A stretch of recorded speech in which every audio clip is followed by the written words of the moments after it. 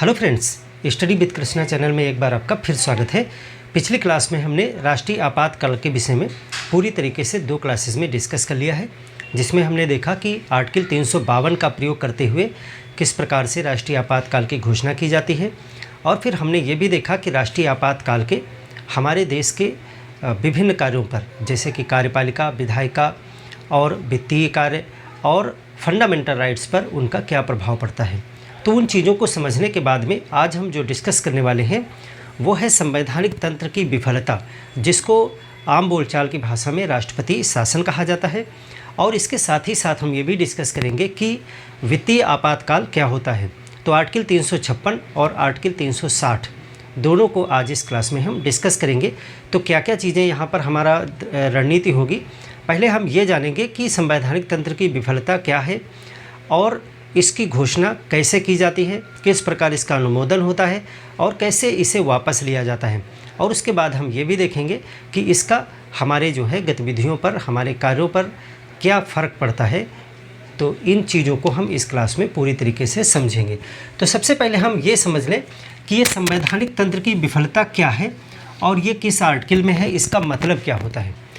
सीधा सा जैसा शब्दों में लिखा है, संवैधानिक तंत्र का विफल हो जाना, ये प्रदेश से संबंधित बात है।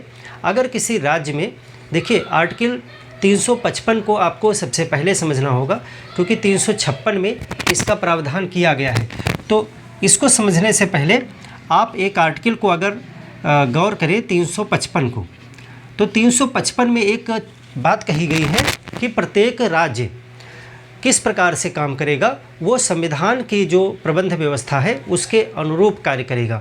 यानी जो चीज़ें संविधान में दी गई हैं उसी के अनुरूप कार्य करेगा। तो ये आर्टिकल 355 में कहा गया है। तो यदि कोई राज्य इस आर्टिकल 355 का उल्लंघन करे, यानी वो संविधान के अनुरूप कार्य ना कर पा रहा हो, तो इसे माना जाएगा कि वहाँ पर संवैधानिक तंत्र जो है वो विफल हो गया है। अब ऐसी स्थिति में आर्टिकल 356 का प्रयोग किया जाएगा। आर्टिकल 356 जो है वो राष्ट्रपति को पावर देता है कि वह उस राज्य में संवैधानिक तंत्र के विफलता की घोषणा कर दे, यानी इसको राष्ट्रपति शासन कहा जाता है। तो जब संवैधानिक तंत्र की विफलता की घोषणा किसी राज्य में की जाती है राष्ट्रपति के द्वारा, तो वहाँ पर समस्त शक्तियाँ और समस्त कार्य जो है वो राष्ट्रपति अपने हाथों में ले लेता है, इसीलिए इसको राष्ट्रपति शासन भी कहा जाता है। तो पहले हम आर्टिकल 355 को समझें। आर्टिकल 355 क्या कहता है कि जो प्रत्येक राज्य है, जो भारत के कई राज्य हैं, तो प्रत्येक राज्य कैसे काम करेगा, वो संविधान के अनुसार कार्य करेगा। संविधान के अनुरूप उसके जो भी कार्य होंगे वो संविधान के सुसंगत होना चाहिए, उसके अनुरूप होने चाहिए, संविधान के अनुरूप कार्य करेगा। तो इसका मतलब है कि अगर इसका उल्लंघन हो जाए तो इसे संवैधानिक तंत्र की विफलता कहेंगे। तो ये जो बात कही गई है, इसका उल्लंघन अगर कोई भी राज्य करता है, उल्लंघन क्या कहा जाएगा, संवैधानिक तंत्र की विफलता, कि आपका जो वहाँ पर कॉन्स्टिट्यूशनल सिस्टम है वो फेल हो गया है। संवैधानिक तंत्र की विफलता, तो आपने इसे समझा कि आर्टिकल 355 इस चीज़ की घोषणा करता है। अब अगर ऐसा हो जाए, किसी राज्य में संविधान का तंत्र विफल हो जाए, तो फिर आर्टिकल 356 एक राष्ट्रपति को पावर देता है। 356, अब यहाँ पे राष्ट्रपति को पावर है। राष्ट्रपति क्या करता है, इस आधार पे, यानी किसी राज्य में क्या करता है, संवैधानिक तंत्र के विफलता की घोषणा कर देता है। संवैधानिक तंत्र की विफलता की घोषणा कर देता है। ये घोषणा करने की शक्ति राष्ट्रपति को मिली है, ना कि राज्यपाल को। राज्यों से संबंधित मामला है, लेकिन संवैधानिक तंत्र की विफलता की घोषणा कौन करेगा, राष्ट्रपति महोदय करेंगे। ये आर्टिकल 356 के तहत उनको अधिकार मिलता है।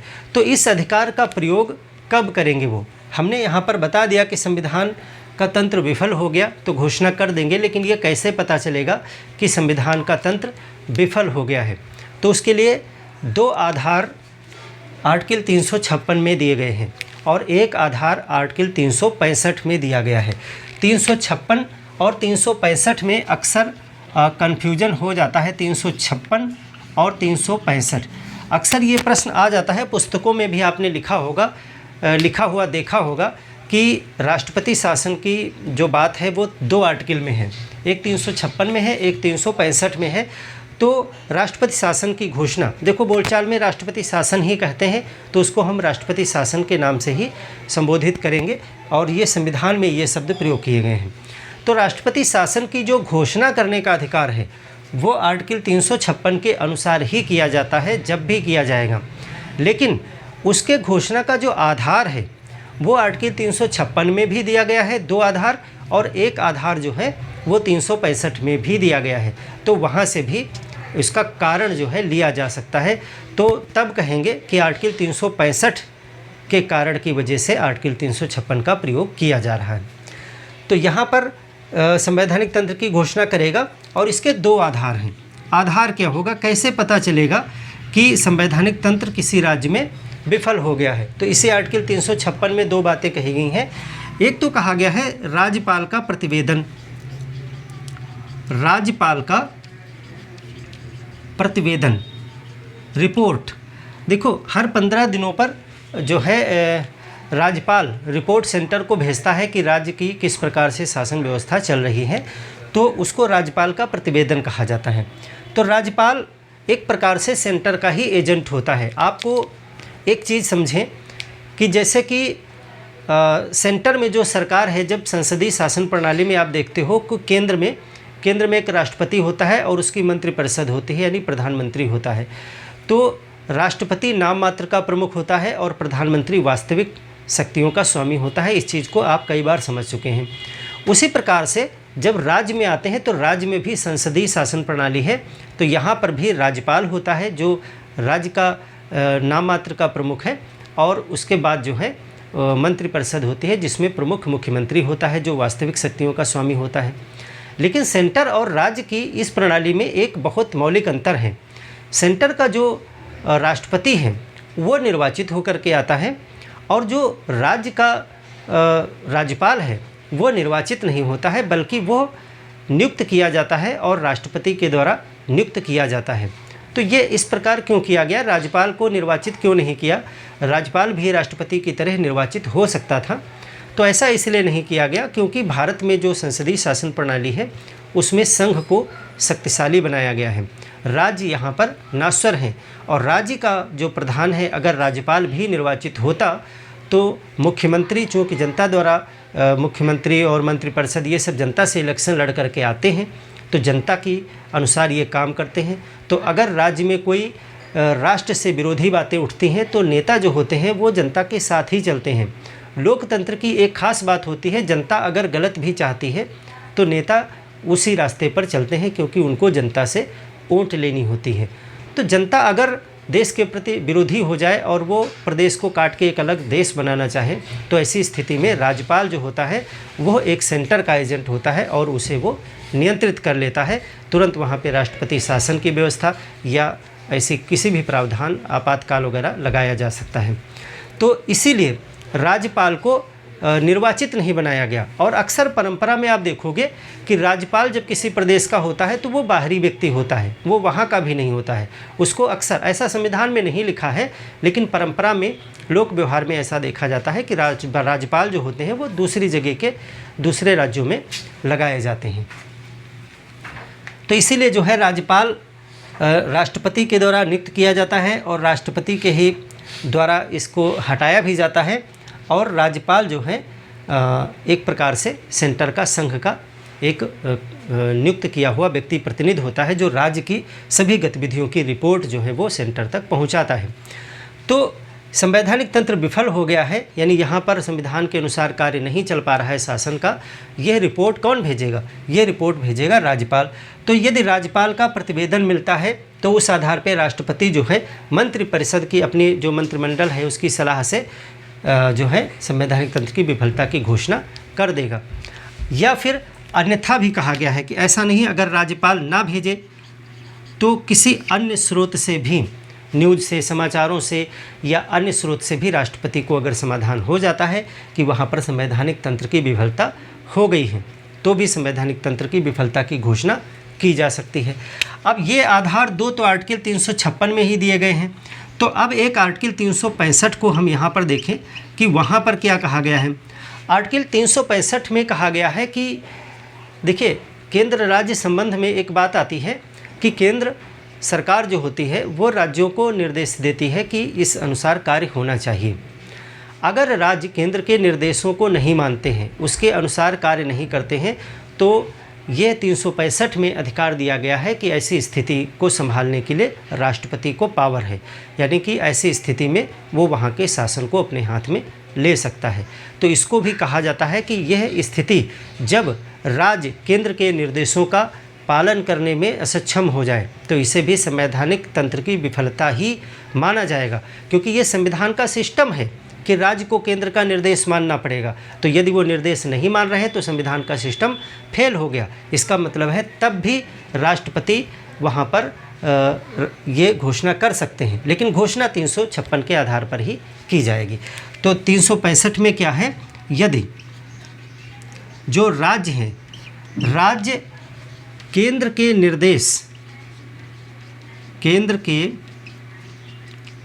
निर्देशों का पालन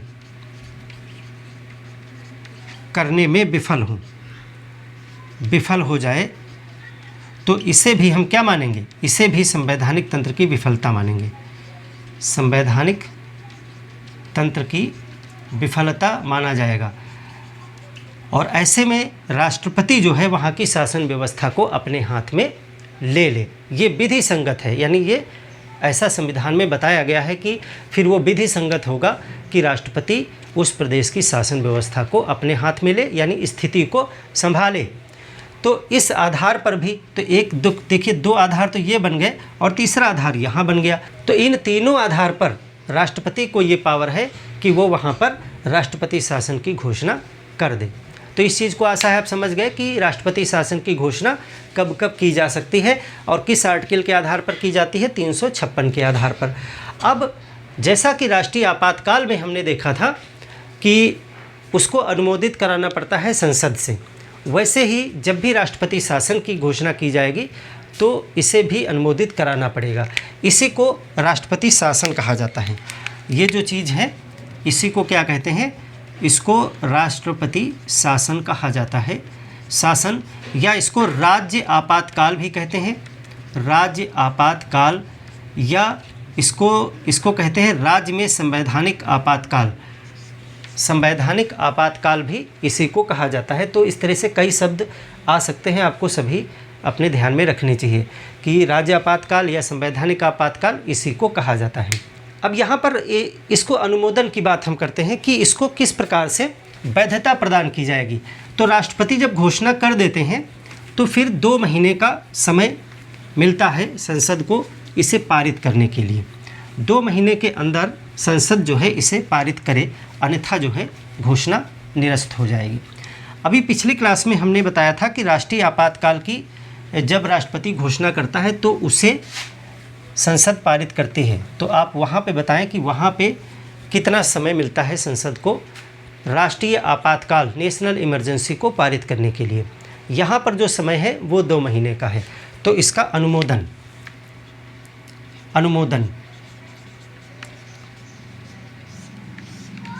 जो है इसका करेंगे 2 माह में। 2 माह के भीतर संसद के दोनों सदन करें, सदन, और साधारण बहुमत से रहेगा, साधारण बहुमत। देखिए, अब वहाँ पे विशेष बहुमत था, यहाँ पे साधारण बहुमत की ज़रूरत है।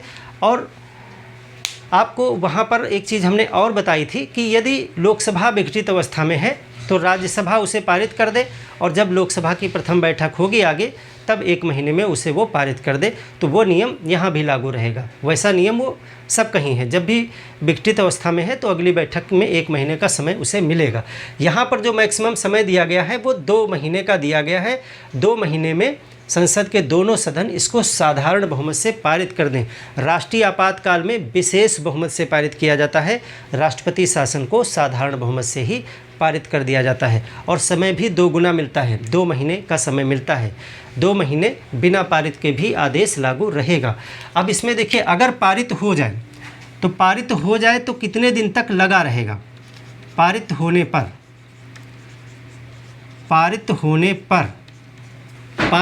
पर 6 माह तक लागू रहेगा। और 6 माह करके इसको बढ़ा सकते हैं, जैसे आपातकाल को बढ़ा सकते थे। तो प्रत्येक 6 माह पर पारित कर लें इसे। प्रत्येक 6 माह पर पुनः पारित कर लें इसको। पुनः पारित करके 3 वर्ष तक अधिकतम। अब देखिए, यहाँ पर एक अंतर और आ गया। जब हम राष्ट्रीय आपात को पढ़ रहे थे तो 6 माह तक वहाँ भी था, लेकिन वहाँ पर अनिश्चित काल तक राष्ट्रीय आपातकाल को बढ़ाया जा सकता है। 6 महीने करके उसे अनलिमिटेड टाइम तक बढ़ा सकते हैं, लेकिन राष्ट्रपति शासन को अनलिमिटेड टाइम तक नहीं बढ़ा सकते हैं। इसमें 3 वर्ष तक की लिमिट है। और उसमें भी एक शर्त है कि जब 1 वर्ष से ऊपर अगर जाने लगेगा, 2 बार 6 माह बढ़ाया, 1 साल हो जाएगा, फिर उसमें 2 शर्तें आ जाएंगी। यानी कि 1 वर्ष से ज़्यादा बढ़ाने के लिए, 1 वर्ष से ज़्यादा बढ़ाने हेतु 2 चीज़ें हैं। एक तो ऐसी स्थिति में हो सकता है जब चुनाव आयोग प्रमाणित करे कि अभी चुनाव राज्य में नहीं कराया जा सकता है नया, तो उसको आगे बढ़ा सकते हो, फिर भी 3 साल से ज़्यादा नहीं बढ़ा सकते हो। तो पहली स्थिति क्या हो सकती है? जब चुनाव आयोग प्रमाणित करे।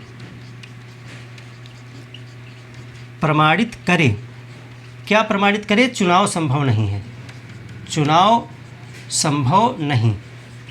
अभी चुनाव संभव नहीं है।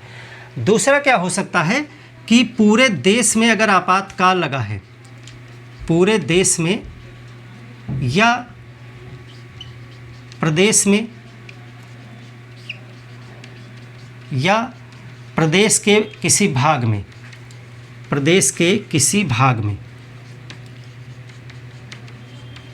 आपातकाल लगा है, राष्ट्रीय आपातकाल 352 वाला राष्ट्रीय आपातकाल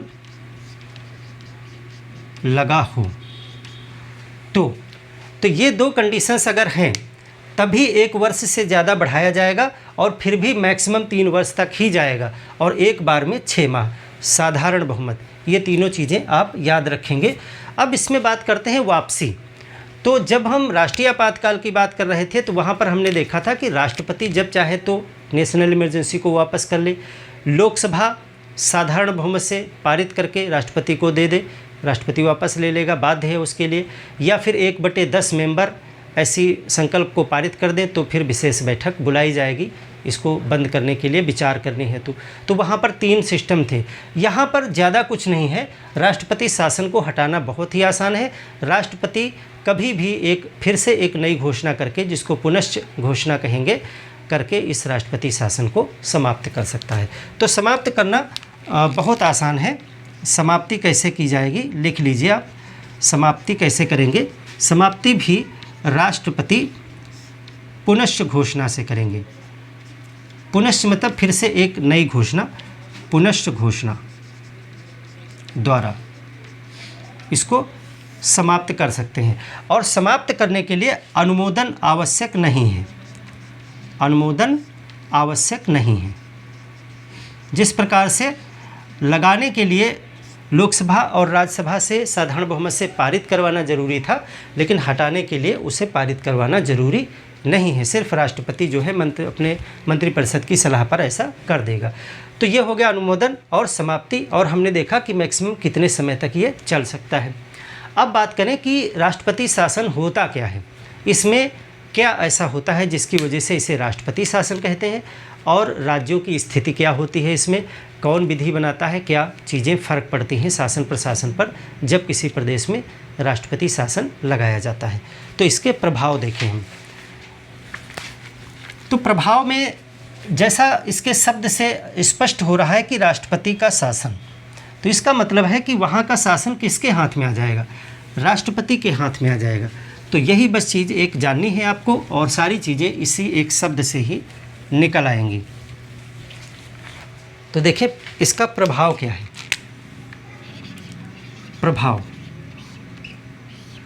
प्रभाव में राज्य के कार्य और शक्तियाँ राष्ट्रपति अपने हाथ में ले लेता है। इसका प्रभाव क्या है, पहला जो बिंदु है उसमें यह है कि राज्य की शक्तियाँ एवं कार्य राष्ट्रपति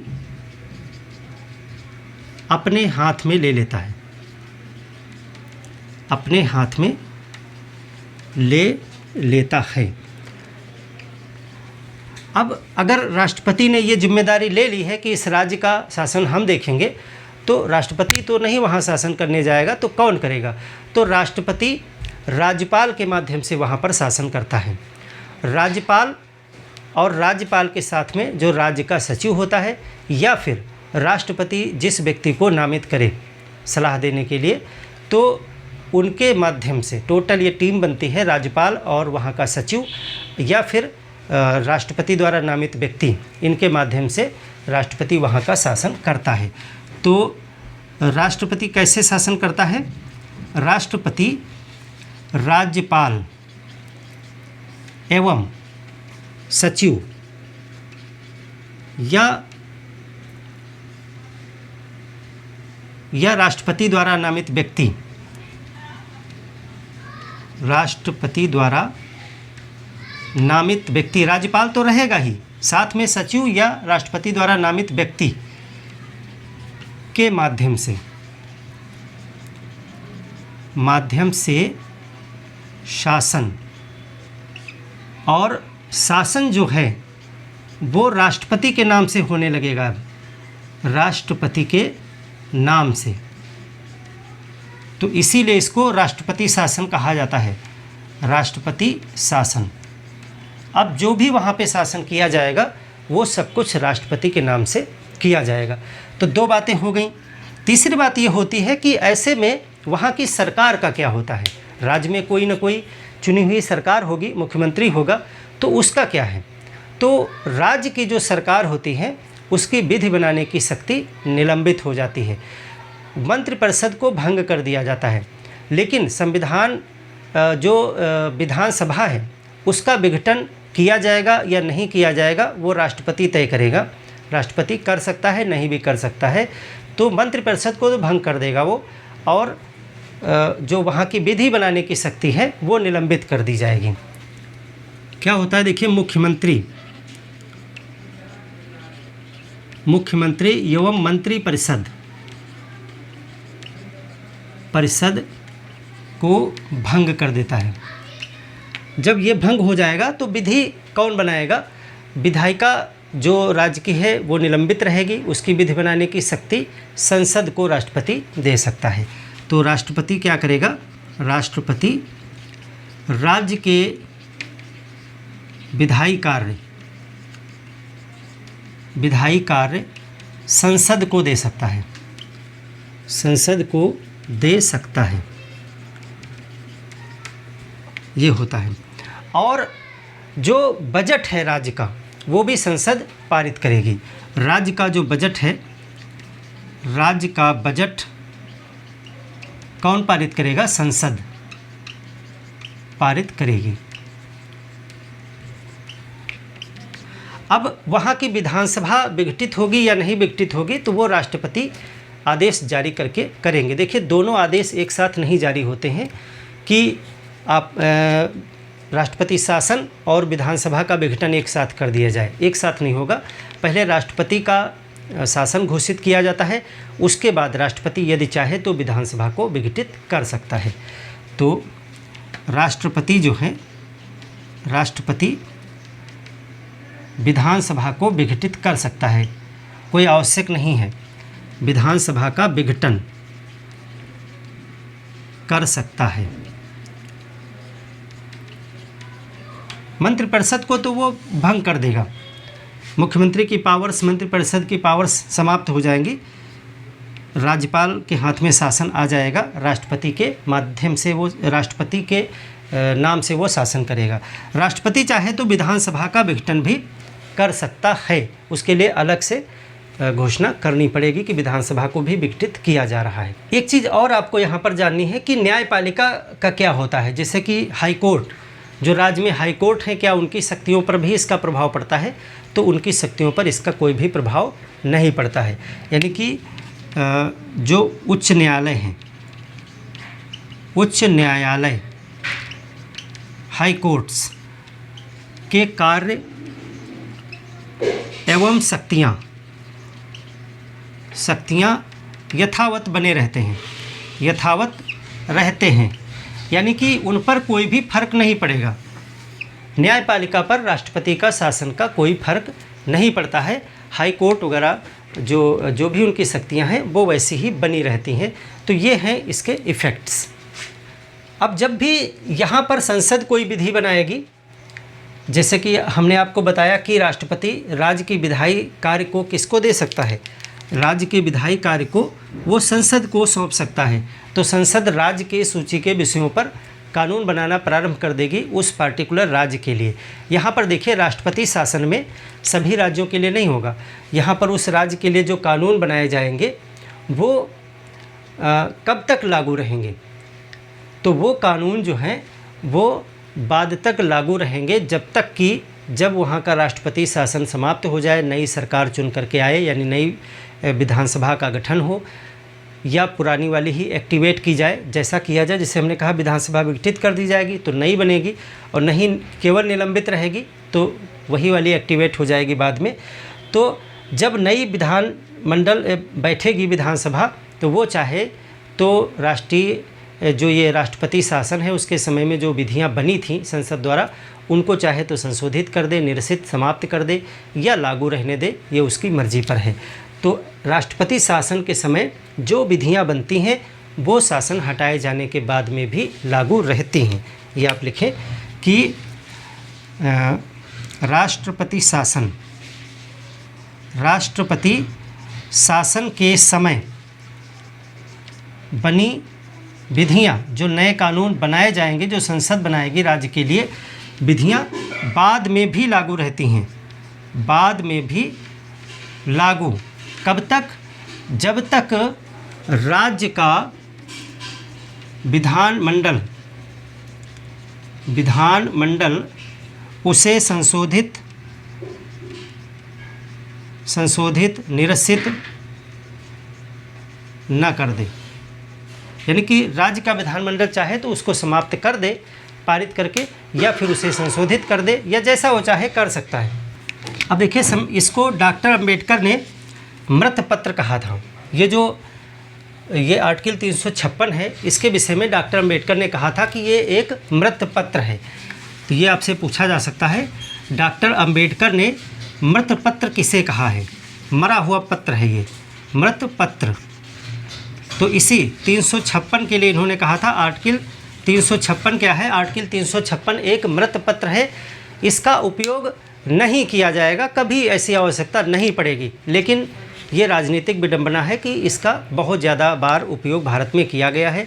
100 से अधिक बार राष्ट्रपति शासन आज़ादी के बाद से विभिन्न प्रदेशों में, और शायद ही कोई प्रदेश बचा हो, मेरी समझ से तो सभी प्रदेशों में 1-2 बार ज़रूर लगाया जा चुका है। सबसे पहले राष्ट्रपति शासन जो है वो 1951 में पंजाब में लगाया गया था, ये पहली घटना थी। और तब से लेकर के हर सरकार ने तमाम बार जो है राष्ट्रपति शासन विभिन्न प्रदेशों में लगाए हैं, और संख्या 100 से ऊपर पहुंच गई। और यूपी में अगर बात करें तो यूपी में 9 बार राष्ट्रपति शासन लग चुका है, जो सर्वाधिक बार है यूपी में लगाया गया।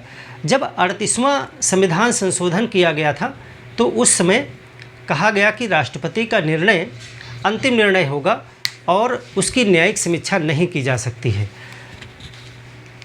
38वें संविधान संशोधन में सरकार ने अपने आप को पावरफुल बनाने के लिए न्यायालय के जो न्यायिक समीक्षा के अधिकार है उसको सीमित करने का प्रयास किया और कहा कि राष्ट्रपति जो निर्णय लेता है उसके निर्णय की समीक्षा नहीं की जा सकती है।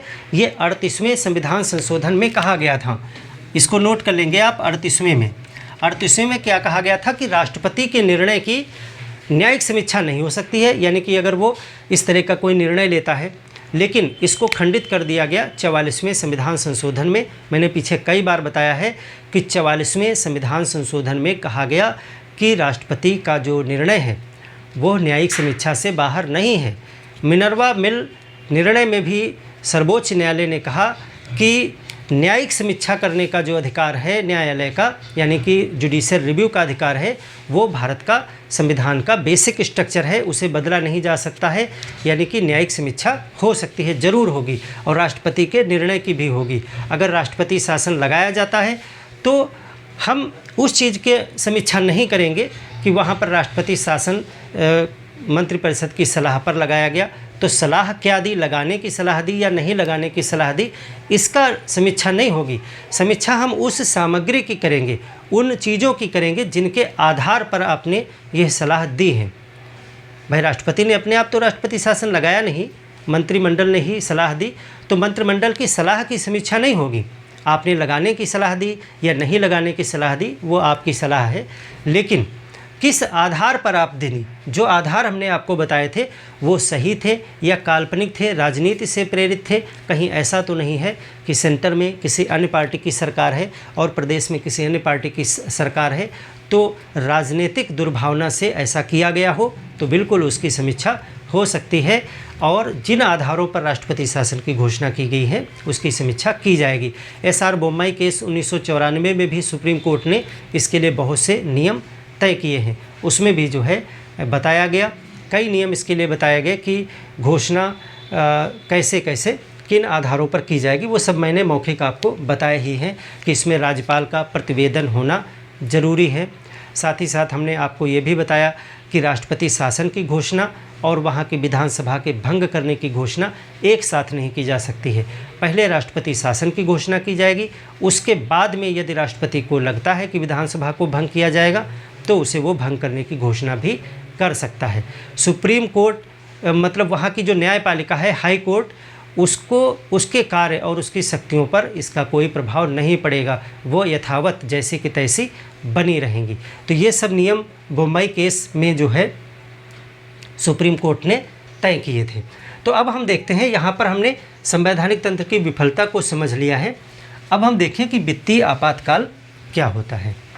वित्तीय आपातकाल की घोषणा आर्टिकल 360 के आधार पर की जाती है और बहुत ज़्यादा इसमें आपको कुछ नहीं जानना है। भारत में अभी तक कभी भी वित्तीय आपातकाल की घोषणा नहीं की गई है। हालांकि 1991 में ऐसी परिस्थितियां बनती नज़र आई थी, लेकिन स्थिति संभल गई और वित्तीय आपातकाल की घोषणा नहीं करनी पड़ी थी। तो वित्तीय आपातकाल बहुत ईजी है।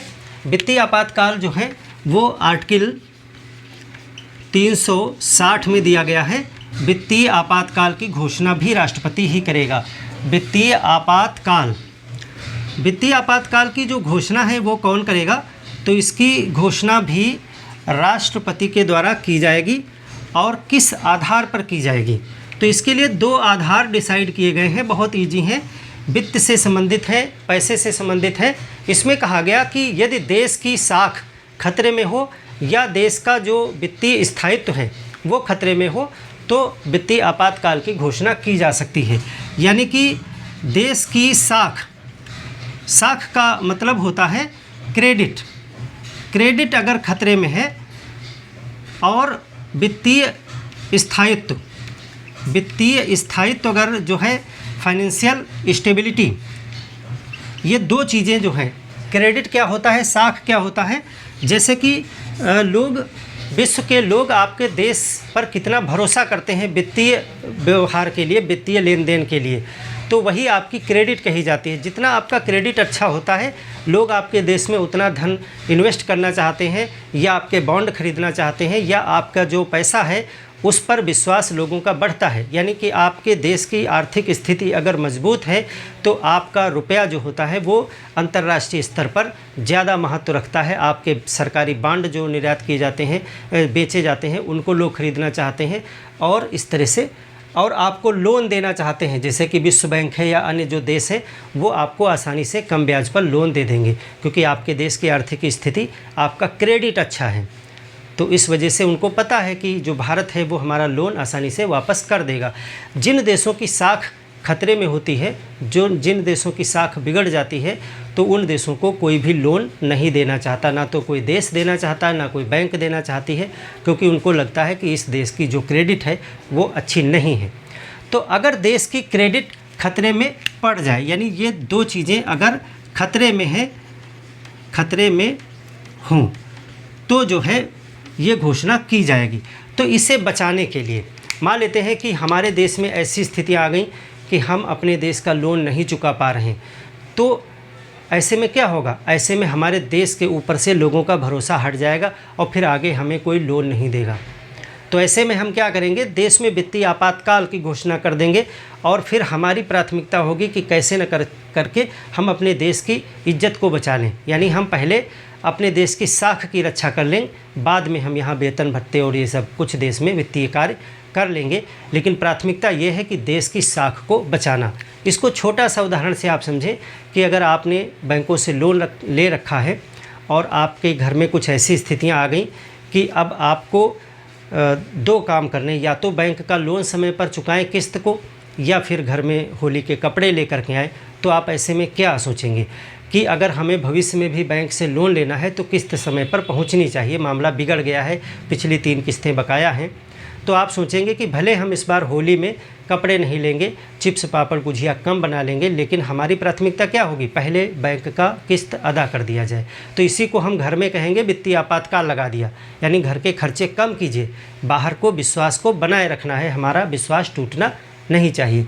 तो इसी को क्रेडिट कहते हैं कि लोगों को भरोसा है हमारे देश में, तो यदि उस भरोसे पर कभी बट्टा लगने वाला है तो हम आपातकाल की घोषणा कर देंगे और देश का जो पैसा है उसको हम उस दिशा में खर्च करेंगे जिससे देश की साख बढ़े। या वित्तीय स्थायित्व गड़बड़ा गया है, महंगाई ऊपर नीचे जा रही है, स्थायित्व है ही नहीं मनी में, तो ऐसी स्थिति में भी जो है आपातकाल की घोषणा की जा सकती है। यानी कि हमारे देश में वित्तीय जो स्थायित्व है, स्टेबिलिटी है, वो बिगड़ गई है। तो इन 2 आधारों पर जो है राष्ट्रपति वित्तीय आपातकाल की घोषणा कर सकता है, और इसको भी बिल्कुल वैसा ही प्रोसीजर अनुमोदित करने का है जैसा राष्ट्रपति शासन के लिए है। 2 महीने के लिए इसको अनुमोदन करने का समय मिलता है। तो इसका अनुमोदन कैसे होगा? 2 माह के भीतर, 2 माह के भीतर दोनों सदन इसको करें और साधारण बहुमत से ही हो जाएगा। साधारण बहुमत से ही इसको भी किया जा सकता है। अब इसमें और राष्ट्रपति शासन में एक अंतर आपको जानना है कि वहाँ पर 6-6 माह करके 3 साल तक बढ़ाया जा सकता था।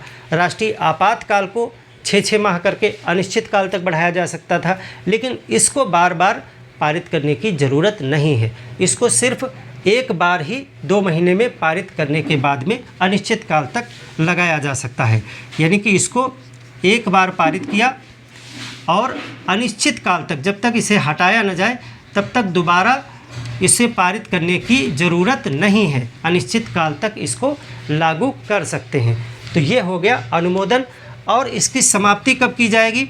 तो समाप्ति करने के लिए भी कोई बहुत विशेष कार्रवाई की ज़रूरत नहीं है। राष्ट्रपति एक पुनश्च घोषणा करके, यानी फिर से एक घोषणा करके इसे समाप्त कर सकते हैं। तो यहाँ पर क्या लिखेंगे कि राष्ट्रपति क्या करेंगे? एक पुनश्च घोषणा करेंगे, एक पुनश्च घोषणा करके इसे समाप्त कर सकते हैं। तो इस प्रकार से इसे समाप्त भी किया जा सकता है अनुमोदन करके। अब इसका फ़र्क क्या पड़ता है? मेन चीज़ आती है कि वित्तीय आपातकाल में क्या फ़र्क पड़ता है। तो वित्तीय आपातकाल में 2-3 चीज़ें सिर्फ आपको जाननी है कि इसका जो है प्रभाव क्या होता है हमारे देश में। वित्तीय आपातकाल में संघ और राज्य दोनों ही सरकारों के अंतर्गत जो है वित्तीय जो कार्य होते हैं उन पे फ़र्क पड़ता है। आपको कुछ चीज़ें यहाँ पर ध्यान देनी है कि इसके प्रभाव क्या होते हैं।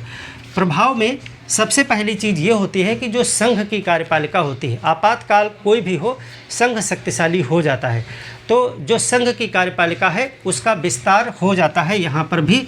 जैसे कि आपने देखा था राष्ट्रीय आपातकाल में, तो संघ की कार्यपालिका का विस्तार हो जाता है, और फिर वो जो संघ की कार्यपालिका है वो राज्य को निर्देशित करती है कि वो अपने वित्तीय कार्य किस तरीके से करे। यहाँ पर वित्तीय कार्यों के संबंध में तो ये क्या कर सकते हैं, राज्यों को वित्तीय कार्यों हेतु निर्देशित करते हैं, वित्तीय कार्यों हेतु निर्देश देते हैं, निर्देश देना। तो ये हो जाता है। जो राज्यों के धन और वित्त विधेयक होते हैं, जो विधानसभा में रखे जाते हैं, वहाँ पर राज्यों के धन विधेयक और वित्त विधेयक, वो भी जो है राष्ट्रपति के लिए आरक्षित किए जा सकते हैं, यानी कि उनको भी राज्यपाल राष्ट्रपति के पास में भेज सकता है वहाँ से परमिशन लेने के लिए। तो ये भी हो जाता है वित्तीय आपातकाल में। राज्यों के धन एवं वित्त विधेयक, धन और वित्त विधेयक राष्ट्रपति के लिए आरक्षित किए जा सकते हैं, आरक्षित किए जा सकते हैं। आपको पिछली एक क्लास में हमने बताया था कि राज्यपाल जो होता है, जब भी उसके पास कोई विधेयक आता है तो उसके पास एक आर्टिकल 200 के तहत पावर होती है कि वो किसी विधेयक को राष्ट्रपति के लिए आरक्षित कर सकता है, राष्ट्रपति से परमिशन के लिए भेज सकता है। तो अब यहाँ पर जब वित्तीय आपातकाल लगा होता है तो धन और वित्त विधेयक भी राष्ट्रपति के लिए आरक्षित किए जा सकते हैं, ये चीज़ हो जाती है। बाकी जो है संघ एवं राज्य की जो वेतन और भत्ते होते हैं कर्मचारियों के, जिसमें हाई कोर्ट और सुप्रीम कोर्ट के जज भी शामिल हैं, उनको मिला करके भी इनके वेतन और भत्ते जो हैं वो कम किए जा सकते हैं। यानी कि संघ एवं राज्य के कर्मचारियों इसमें आप लिख लें high court plus supreme court के न्यायाधीश भी शामिल हैं इसमें। समान परिस्थितियों में हाई कोर्ट एवं सुप्रीम कोर्ट के न्यायाधीशों का वेतन उनके कार्यकाल के समय में कम नहीं किया जा सकता है, लेकिन वित्तीय आपातकाल के समय में कम कर सकते हैं। तो संघ एवं राज्य के कर्मचारियों, जिसमें हाई कोर्ट और सुप्रीम कोर्ट के न्यायाधीश भी शामिल हैं, के वेतन एवं भत्ते, के वेतन प्लस भत्ते कटौती किए जा सकते हैं, कटौती कर सकते हैं। करना आवश्यक नहीं है, अब ये निर्भर करेगा फाइनेंशियल कंडीशन क्या है, कितने पैसे की ज़रूरत है सरकार को, तो ऐसी स्थिति में वो जगह जगह से पैसा इकट्ठा करने की कोशिश करेगी। देखिए यहाँ पर राज्य को निर्देशित किया जाता है कि वो कितना पैसा खर्च करे, पैसा बचाना है ना, तो वो वित्तीय कार्यों हेतु निर्देश देगा संघ कि कहाँ से कितनी कटौती करनी है, क्या रोकना है, क्या काम चलाना है, कैसे पैसा बचेगा, तो आगे हम साख को बचाएं। राज्यों के धन एवं वित्त विधेयक किस लिए होते हैं, धन एवं वित्त विधेयक पैसे खर्च करने के लिए होते हैं ना, कोई न कोई योजना पे खर्चा करना है, तो उसको भी राष्ट्रपति अनुमति देगा। वो देखेगा कि इसमें कितना आवश्यक है, कितने कम से कम में काम चल सकता है, तो उसको भी कर सकता है, और वेतन और भत्तों में भी कटौती की जाएगी। तो इस तरह से वित्तीय आपातकाल में ये सब फ़र्क पड़ जाते हैं। तो वित्तीय आपातकाल अभी तक देश में कभी भी नहीं लगाया गया है। आर्टिकल 352 का 3 बार प्रयोग किया जा चुका है, आर्टिकल 356 का 100 से ज़्यादा बार प्रयोग किया जा चुका है, और आर्टिकल 360 का अभी तक ऐसी सिचुएशन नहीं आई है, और शायद भारत के सामने ऐसी सिचुएशन भविष्य में भी जल्दी कभी ना आए। तो ये चीज़ हमने देख ली, संवैधानिक तंत्र की विफलता क्या होती है और वित्तीय आपातकाल क्या होता है। तो अब हम एक नेक्स्ट चैप्टर में उपराष्ट्रपति को पढ़ेंगे। उससे पहले हम राष्ट्रपति की कुछ विशेष शक्तियों पर और उनके विवेकाधिकार पर भी बात करेंगे, जो भी छूटा हुआ है। उसके बाद हम vice president of India chapter को पढ़ेंगे। मिलते हैं एक और बेहतर क्लास में, तब तक के लिए धन्यवाद।